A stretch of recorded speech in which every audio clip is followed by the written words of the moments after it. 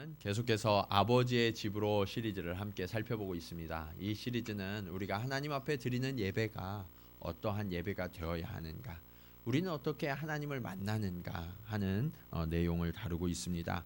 오늘은 5번째 의탁, 의지라는 제목으로 여러분들과 함께 말씀의 은혜를 나누고자 합니다. 여러분, 사람들이 살아갈 때 이 세상에서 꼭 필요한 게 여러 가지가 있죠. 그 중에서 가장 근본적인 필요가 뭘까요? 많은 필요들이 있겠지만 그 중에서도 가장 근본적인 필요. 사람들에게 가끔 너 왜 사냐? 그러면 먹고 살라고 이렇게 이야기하잖아요. 먹고 사는 것, 이것이 모든 사람들의 공통되면서도 가장 기초적인 필요입니다. 그런데 지금도 이 먹고 사는 문제가 우리를 힘들게 하죠. 쉽지 않아요. 과학 문명이 발달하고 기술이 발달한 지금 이 시대에도 먹고 사는 것이 쉽지 않다면, 예전에 정말 기술이 없고 노동력으로만 모든 것을 감당해야 되던 그 시절에는 먹고 사는 게 얼마나 힘들었을까요? 그래서 먹고 사는 것을 준비하고 그것을 요리하는데 하루 종일을 다 사용하는 것이 사람들의 인생이었다고요. 그렇게 우리의 인생에 먹고 사는 문제가 큰 비중을 차지하죠. 근데 오늘 말씀을 보면 이 먹고 사는 문제가 사람의 손에 달린 것이 아니라 오직 여호와께 속한 것이다 라는 것을 가르쳐주고 있어요. 오늘 본문은 진설병이라는 아주 독특한 식량에 대해서 말씀하고 있어요. 이것은 제사장들이 먹는 떡입니다. 하나님께 거룩한 떡을 올려드리는 거예요. 이스라엘 백성들이 출애굽해서 광야를 지나가고 있거든요. 이 광야를 지나는 이스라엘 백성들은 농사를 지을 수가 있어요, 없어요? 없죠. 그 메마른 땅에서. 그리고 이동 중이었기 때문에 농사를 지을 수가 없어요. 하나님은 그들에게 만나를 통해서 먹이셨습니다. 그런데 사람들이 늘 걱정하는 거예요. 내가 오늘 이 식량은 해결됐는데 내일 또 만나가 내릴까? 여러분들도 그러시죠? 내가 오늘까지는 잘 살았는데, 올해까지는 어떻게 살 게 좀 마련된 것 같은데, 내년에도 이 삶을 지속할 수 있을까? 앞으로 10년 뒤에는 어떨까? 우리 장년분들은 내 노후는 과연 안정될까? 나는 어떻게 살아갈 수 있을까? 하는 것들이 여러분의 머릿속을 지배하고 있고, 그리고 여러분의 삶을 움직이는 것이 그렇게 먹고 사는 것에 대한 염려잖아요. 그런데 오늘 말씀은요, 이 만나로 움직이시는 이스라엘 백성들에게 진설병이라는 아주 독특한 식량을 통해서 하나님이 이 모든 것을 공급하신다, 우리를 책임지신다라는 것을 약속하고 계세요. 여러분, 신약에서도요, 예수님은 제자들에게 너희가 무엇을 먹을까, 무엇을 마실까 염려해라 하지 마라, 하지 마라. 하나님께서 너희에게 있어야 할 것을 다 아신다라고 말씀하셨어요. 근심과 걱정을 다 버리고 전적으로 주님께 의탁하면 주님께서 책임져 주신다. 이것이 하나님 아버지의 약속인 거예요. 그러면 우리는 어떻게 그 아버지를 의탁하여서 그 하나님이 주시는 공급을 누리는 삶을 살 수 있을까요? 자, 첫 번째로 진설병은 생명의 떡입니다. 어떤 떡이라고요? 생명의 떡. 하나님은 성소로 우리를 이끄셨어요. 지난주에 우리는 금등잔대를 바라봤습니다. 그리고 그 금등잔대의 맞은편에 있는 것이 이 진설병의 상이에요. 하나님께서는요, 이 진설병 상을 조각목으로 만들되 순금으로 싸서 아주 정결하게 하라라고 명령하셨어요. 그리고 그 위에 12지파를 하나님이 공급하신다라는 상징으로 이 진설병 떡덩어리를 12덩어리를 올려놓게 하셨어요. 한 덩어리가요 10분의 2 에바라고 그래요.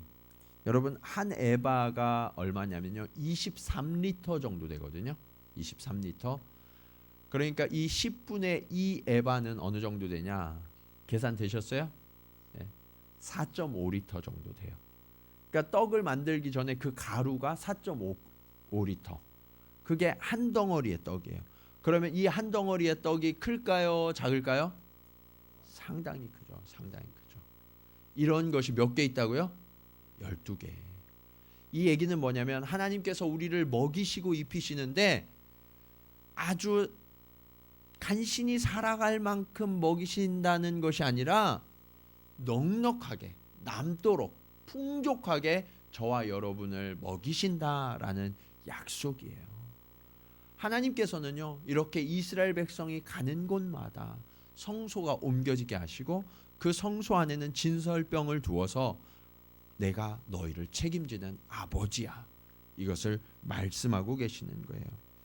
그런데 이 떡의 유래는 어떻게 되냐? 하나님께서 애굽에 재앙을 내리시는데요, 마지막 10번째 재앙, 이 10번째 재앙이 뭐예요? 죽음의 재앙이죠. 이 세상에 태어난 첫 번째 것, 짐승이든 사람이든 그 첫 번째 것을 다 죽이는 재앙을 내리셨어요.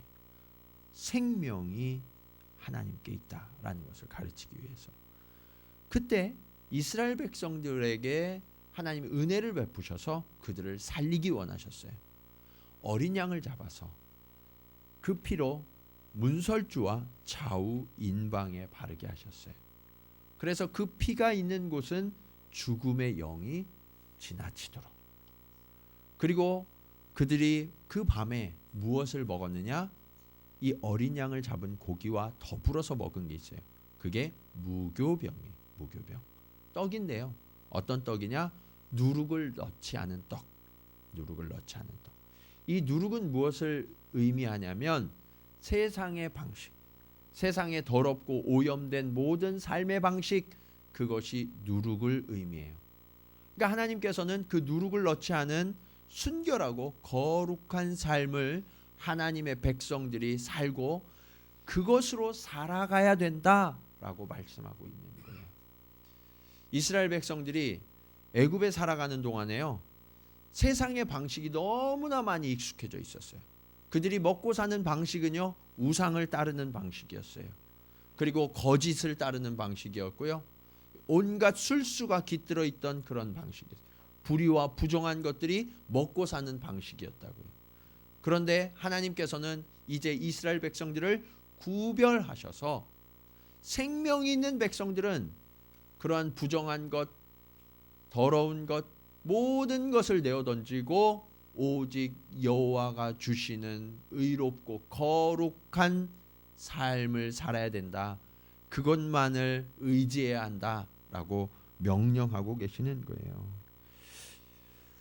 그러면서 이 진설병이 생명의 떡임을 보여주신 한 사건이 일어나요. 훗날 다윗이 사울에게 쫓겨서 도망을 치기 시작하는데 그 나라에 숨을 곳이 없어서 이웃 나라인 블레셋으로 넘어가려고 해요. 가던 국경에서 놉당이라는 곳에 이르르게 됩니다. 그곳에 가서 성전을 지키던 제사장 아히멜렉을 만나서 이렇게 이야기해요. 우리는 왕의 사자인데 급히 오느라 식량을 준비하지 못했어요.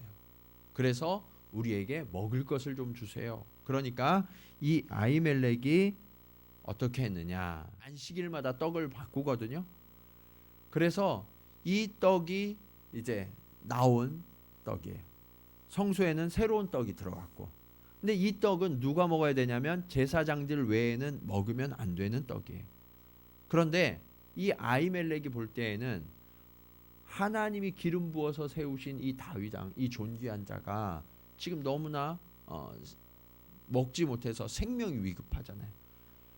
제사장의 처소에는요 다른 게 하나도 없어요. 다른 먹을 게. 이 진설병 외에는 다른 떡이 없단 말이에요. 이 떡을 주면서 그 생명을 살린 거예요. 그리고 이 말씀을 마가복음 2장 26절에서 예수님이 인용하세요. 예수님께서도요 옹호하신 거예요. 제사장들만 먹어야 되는 이 떡을 하나님께서 그들에게, 다윗과 그를 따르는 자들에게 주셔서 생명의 떡이 되게 하셨다라고 주님이 인정하신 거예요. 더 나아가서 주님이 뭐라고 말씀하시냐? 여러분, 주님은요, 주님 자체가 생명의 떡이다라고 말씀하셨어요. 그래서 주님을 먹고 마시면 살아있게 되고 주님이 우리 안에 거하시지 않으면 죽게 된다라고 말씀하신 거예요. 여러분은 주님을 여러분 안에 모시셨습니까? 그러면 여러분 안에 생명이 있는 거예요. 지금 잠깐의 생명이 아니라 영원토록 살아가시는 생명이 여러분에게 약속되어 있는 거예요. 제사장들은요, 이 순결한 상에서 오직 거룩한 떡만을 먹었어요. 이처럼 우리도요, 세상의 다른 것을 의지하는 존재가 되면 안 돼요. 예수님, 우리의 산떡이신 예수님만 의지하고 예수님의 말씀만을 의지해서 살아가는 저와 여러분이 되기를 간절히 축원합니다. 무교병이라고 그랬죠. 누룩을 넣지 않았어요. 맛이 없어요. 그런데 반찬이 있었어요, 없었어요? 없었어요. 아무것도 없이 이 무교병만 먹고 살았다는 얘기예요. 그리스도인들은요, 세상의 맛에 길들여져 있으면 안 돼요. 순전하게 하나님이 주시는 것만을 즐거워하면서 살아가야 돼요. 근데 자꾸 세상의 것이 즐겁죠. 네. 세상 사람들과 어울리는 것이 더 즐겁고 세상의 노래가 더 나를 감동시키는 것 같고 우리는 오염되어져 있는 거예요. 하나님은 지금 그런 것으로부터 벗어나야 한다. 분리해야 한다. 순결하고 거룩해져야 한다. 그것이 거룩한 제사장이다 말씀하시는 거예요. 우리는 계속해서 하나님의 말씀을 살펴보면서 저와 여러분이 거룩한 제사장이 되어서 성소에 들어온 존재가 되었다라는 것을 살펴봤어요. 그러면 거룩한 제사장은 거룩한 삶을 살아야 되잖아요. 여러분은 거룩한 삶을 살고 계십니까? 주님이 오늘 저와 여러분에게 묻고 계세요. 우리는 무엇을 의지하면서 살아가고 있습니까? 무엇을 먹고 살아가고 있습니까? 오직 산떡이신 예수 그리스도, 그분만 먹고 그분만 의지하여 살아가는 저와 여러분이 되시기를 주님의 이름으로 간절히 축원합니다. 두 번째로 진설병은 교제의 떡입니다. 제사장들은요, 날마다 이 진설병 상 주위에 와서 함께 먹었어요. 근데 함께 먹는 사람들을 뭐라고 그래요, 여러분? 식구, 가족이죠. 그래서 이 제사장들은요, 함께 먹는 행위를 통해서 친밀해졌어요. 하나님의 뜻 안에서 하나가 된 거예요. 제사장들이 함께 예배하는 그것으로도 아주 거룩하게 됐지만 함께 먹는 시간도 동일한 거룩한 시간이다라는 거예요. 그러면서 그 안에 있는 기쁨과 하나님이 주신 말씀들을 나누는 시간이 돼야 돼요. 저는 이 말씀을 준비하면서 궁금해졌어요. 제사장들은 이 진설병 상 주변에서 함께 먹으면서 무슨 말을 했을까? 아무 말도 안 하진 않았을 텐데 그들은 무슨 대화를 했을까? 그게 좀 궁금해졌어요. 성경에 나와 있진 않더라고요. 나와 있진 않은데 그들의 삶과 밀접하게 연관이 되어 있으리라라는 것을 유추해 볼 수 있겠죠. 제사장은요, 성소 안에 살고 있는 사람이거든요. 돌아가면서 이 성소에 거하고 있었어요. 그러면 이 성소에 거할 때 그들이 겪는 일, 그들이 만나는 사람들에 대한 이야기를 하겠죠. 그들이 하는 일은 뭐예요? 백성들이 자신의 죄를 속죄하기 위하여서 짐승을 끌고 나오면 그 짐승에게 죄를 전가하고 그 짐승의 각을 떠서 하나님 앞에 올려드리는 일이잖아요. 제사장들이 그렇게 하나님께 손을 들어 기도할 때 하나님께서는 백성들의 죄를 용서하셨어요. 아마 하나님이 제사장들의 마음에 감동을 주셨어요. 내가 저의 죄를 사했노라. 그리고 어떤 백성이 와서 제사장에게 이야기해요. 저는 요즘에 삶이 너무너무 힘이 들어요. 이런 공공한 삶을 살고 있습니다. 그럴 때 제사장의 마음이 움직였을 거예요. 아, 우리 백성들이 이렇게 힘들고 이렇게 눈물의 세월을 지나가고 있구나. 그런 이야기들이 함께 먹는 식탁에서 나눠지고, 우리가 이 백성을 위하여 어떻게 기도해야 할까? 우리가 기도할 때 하나님이 어떤 응답을 주실까? 그것을 기대하면서 기도하는 자리가 그들의 식탁의 자리가 되었을 거예요. 여러분, 그들이 먹고 있는 장소가 지금 어디예요? 어디 안에 있어요? 성소 안에 있단 말이에요. 성소 안에. 그리고 레위기 14장 6절에 보면 여호와 앞 순결한 상이라는 단어를 강조하고 있어요. 여호와 앞에서 먹고 순결한 상에서 먹었다는 거예요. 그리고 무엇을 먹었어요? 진설병.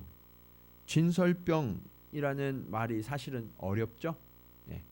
히브리어로 레헴파님이라고 그래요. 레헴파님. 이 레헴파님은 무슨 뜻이냐면 얼굴의 떡이라는 의미예요. 얼굴의 떡. 더 어렵죠? 무슨 뜻이냐면 하나님이 임재하여 함께 하시는 떡이다라는 의미예요.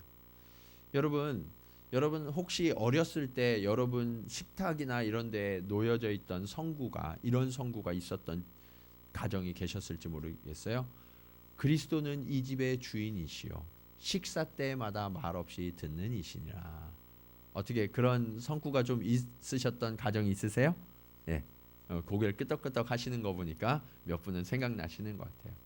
예수님이요 각 가정의 주인이세요.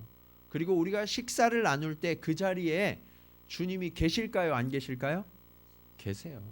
그리고 우리의 모든 대화를 말없이 어떻게 하신다고요? 듣고 계신다라는 거예요. 그래서 내가 어떻게 하면 그 대화를 듣고 응답할까? 그래서 그 자리에 함께 하시는 거예요. 주님이요 기다리고 계세요. 우리가 마음 문을 열기를. 그리고 우리가 마음 문을 열면 주님이 들어오셔서 함께 자리에 앉아 식사를 하시겠다. 식구가 되어 주시겠다라고 말씀하세요. 잠깐 오셨다 가시는 것이 아니라 영원히 우리와 함께하는 식구가 되어 주시겠다. 이것이 주님이 저와 여러분에게 주신 약속이에요. 이것이 성도의 교제의 모델이고요. 식탁의 모델인 거예요. 네. 여러분 어떠세요? 오늘 아침에 식사하셨나요? 여러분의 식탁은 어떠셨어요? 네. 거기에서 거룩하고 축복의 말들, 격려의 말들이 오가셨나요? 성도의 식탁은 그래야 된다는 거예요. 네. 제가 생각해 보니까요, 저 어렸을 때 식탁에 앉는 게 너무너무 싫었어요. 아버지한테 매일 혼났거든요. 그래서 어떻게 하면 아버지랑 식탁에 같이 안 앉을까? 그것이 저의 매일매일의 아침의 고민이었던 것 같아요. 식구인데 진짜 식구가 못 되었던 거죠. 네. 근데 지금은 안 계셔서 그 아버지가 그리워요. 네. 여러분 하나님께서는요 우리와 함께 하시겠다고 약속하시는 거예요. 그래서 여러분 예배를 우리가 마친 이후에 식사하는 자리에 우리가 조금 이따 갈 거거든요. 그때 누가 계실까요? 그 자리에 하나님이 계세요. 주님이 계세요. 그걸 잊지 마세요. 예배가 마쳐졌다고, 축도가 끝났다고, 나는 지금부터 주님과 아무런 상관이 없어. 이 시간에는 주님이 거기 안 계셔. 지하는 지금 예배 드리고 계신데 지하에서도 네. 지하에는 주님이 안 계셔. 그렇게 생각하시면 될까요? 안 될까요?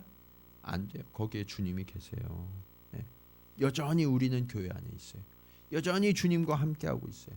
그리고 거룩한 제사장 된 저와 여러분이 그곳에서 함께 식사 공동체를 이루는 거예요. 그러면 그곳에서 우리가 나누는 대화, 교제는 어떠해야 할까요? 주님이 다 듣고 계시고 함께 하신다면 우리의 언어가 바뀌어야 하지 않겠습니까? 주님은 그렇게 우리가 순결한 떡을 나눠야 된다라고 말씀하고 있어요. 식탁이 바뀌지 않으면 아무것도 바뀌지 않아요. 저는 오늘부터 우리가 점심 식사하는 그 순간부터 우리의 식탁이 바뀌는 출발이 되기를 원합니다. 교회에서만 그렇게 바뀌시는 것이 아니라 여러분의 일상의 모든 식탁이 주님과 함께하는 식탁이 되기를 축원합니다. 우리 청년들 혼밥 하시는 분들 많죠? 혼밥해도 혼밥이 아니에요. 사실은 거기 누가 계세요? 주님이 함께 계세요. 그것을 기억하세요. 주님이 함께 하셔서 여러분의 모든 마음의 소리를 듣고 계세요. 그 주님과 마음을 터놓고 대화하면서 그 주님의 목소리도 듣고 서로 교통하는 그러한 은혜가 있는 자리, 그것이 식탁의 자리요 교제의 자리가 되어야 한다라고 말씀하고 있는 거예요. 여러분, 이 떡을요 2줄로 6개씩에서 2줄로 해서 12덩이를 올려놨거든요. 그런데 그 2줄 위에 뭐가 있냐면 유향이 올려져 있어요. 유향은 아주 좋은 향기가 나는 아주 값비싼 향수와 같은 거였어요. 그래서 진설병을 먹으러 제사장들이 그 상 주위에 모이면 이 유향의 향기가 그들에게 가득히 임했어요. 이 유향은 무엇을 상징하냐? 성령을 상징해요.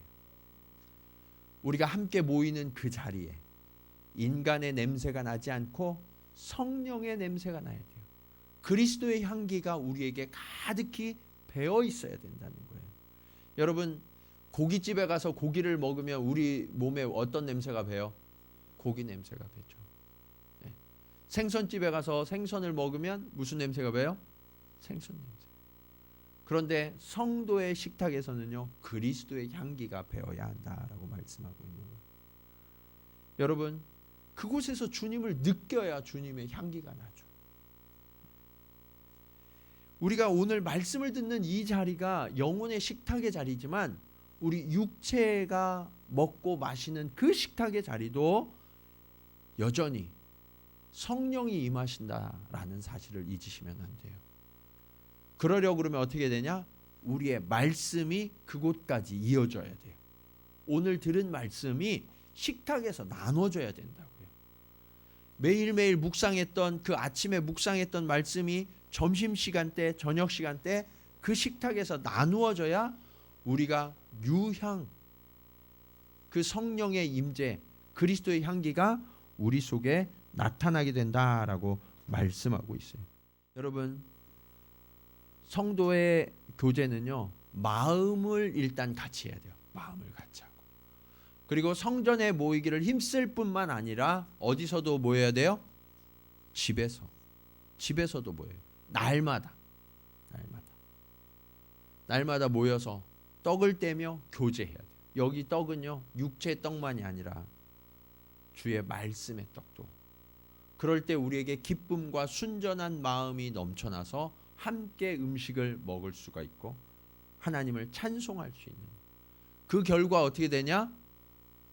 온 백성에게 칭찬받는 삶으로 변화되더라. 여러분, 여러분에게는 이런 순전한 교제가 있으십니까? 여러분의 영혼을 지켜줄 그런 교제가 여러분 주변에 있으세요? 이 교제가 있어야 돼요. 이 교제가 있으면요 성도로서 내 거룩함이 유지되고 계속해서 자라나요. 그런데 이 교제가 없으면요 우리는 점점 그리스도의 색채가 옅어지게 되는 거예요. 그래서 제가 여러분들에게 목장교회를 강조하고 권면하는 거예요. 목장교회를 꼭 들어가세요. 그래서 다른 거 나누는 게 아니라 그 안에서 주의 말씀으로 내 삶을 비추어서 나는 과연 주님의 말씀대로 살아가고 있는가, 이 말씀만 의지하고 말씀을 먹고 제대로 살아가고 있는가, 그것을 서로 점검하고 격려해 주는 공동체가 되어야 돼요.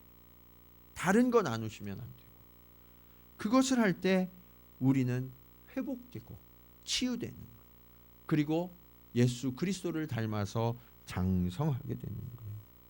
사랑하는 여러분, 교제는 매우 중요한 거예요. 주 안에서 우리는 형제 자매가 되었어요. 식구가 되었어요. 주의 말씀으로 서로를 충만하게 채워주셔야 해요. 그리고 서로를 일으켜줘야 돼요. 그렇게 할 때 하나님은 우리의 만남을 축복의 만남으로 바꿔주셔서 하나님과 사람 앞에 칭찬받는 성도요 교회가 되게 하실 줄로 믿습니다. 자, 마지막으로 진설병은 헌신의 떡이 됩니다. 오늘 말씀을 보면요 제사장들이 여호와 앞에서 순결한 상에서 먹었다라고 말씀하고 있는데, 성소에 지난주에 뭐가 없다고 그랬죠? 네? 네, 그렇죠. 창문이 없다고 그랬어요. 창문이. 몇 분 기억하시네요. 감사하게. 예. 자, 그런데 이 성소에 창문 말고 또 없는 게 한 가지 있어요. 그게 뭐냐? 의자가 없어요. 뭐가 없어요? 의자가. 그러면 상에 모여서 먹을 때 어떻게 먹어야 될까요? 서서 먹어요. 서서. 예. 제사장들이 다 모였는데 서서 먹는 거예요. 왜 서서 먹게 하실까? 6월절에 음식을 먹을 때도 하나님이 그렇게 명령하셨어요. 군대나 경찰은 5분 대기조가 있죠. 명령이 떨어지면 즉각적으로 튀어나가야 돼요. 그래서 신발도 신고 옷도 다 입고 무장을 다 한 다음에 생활을 해요. 그것처럼 우리가 5분 대기조가 돼야 된다는 거예요. 무슨 의미냐? 신앙생활을 하는 것은요, 안락하고 안식하고 평안하기 위하여 하는 게 아니라는 거예요.